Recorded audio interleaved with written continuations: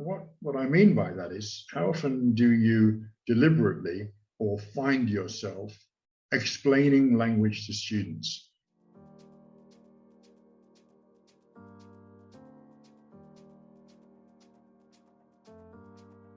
Hi, I'm Hedvig from Gallery Teachers. Welcome to our channel.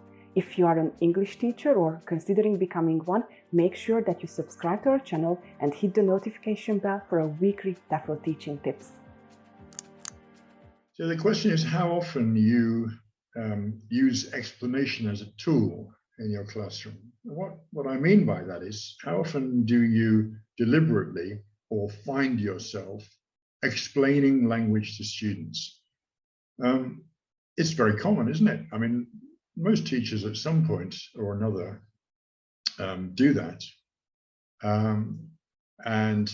Students, write things down. They scribble it down because it's very, very useful. So the teacher says, right, listen, everybody, you might want to take a note or two.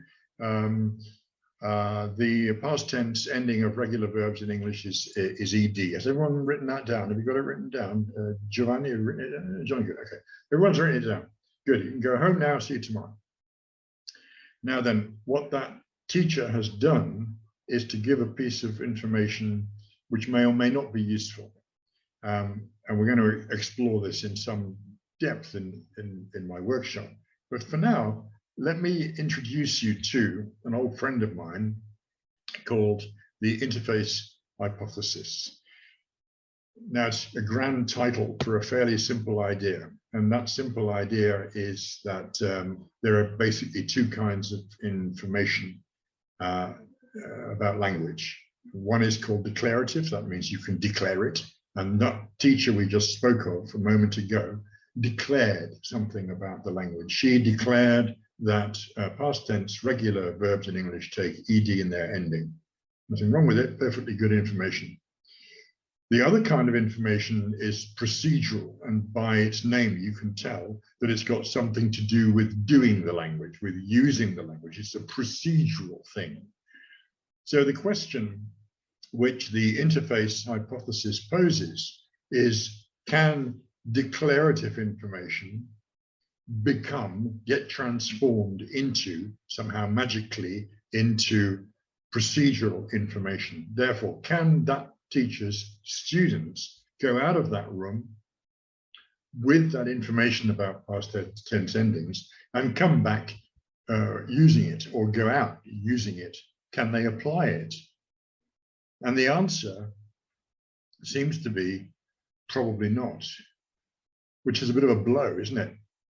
Bit of a blow, because we give explanations, we think they're accurate, we think we're doing a good job, and 9 times out of 10 what we're telling the students actually is not really very useful. So there's a good chance that research suggests, perhaps is a better way of putting it rather than there's a good chance, research suggests that if a piece of declarative information is accessible, that is, it's simple enough to grasp immediately, then it can be converted into procedural information. It can be converted and therefore be used. Now you have to think, as a teacher, you have to think, what does that mean? What is accessible information? What is something which is immediately accessible? Something which you can take out of the classroom and go, okay, I can do that. I can do that. What is that kind of information? What is that information? And that, of course, I can't answer for you. In my workshop, I'm going to give an example or two.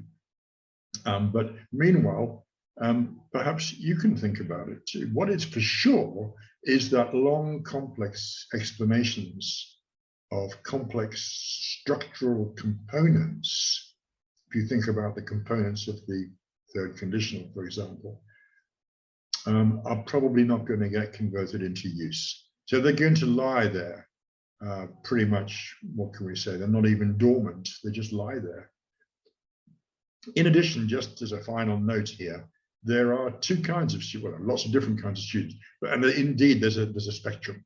But on one hand, you've got students who are what are known as actinic. Actinic students like to know all the nuts and bolts. They bring down the answers. On the other end of the continuum or the spectrum are the synoptic students, and they're the ones who close down when you start giving them explanations. Now, I'm here. Most teachers tend to be here. Most teachers tend to be actinic, but I'm up there. You need to decide where you are. Do you like those explanations, or do you prefer not to have them? Because, this is my final word, because as a teacher, you're more likely to do what you are than not do what you are. So if you're a synoptic teacher, you're less likely to give long, rambling, declarative explanations.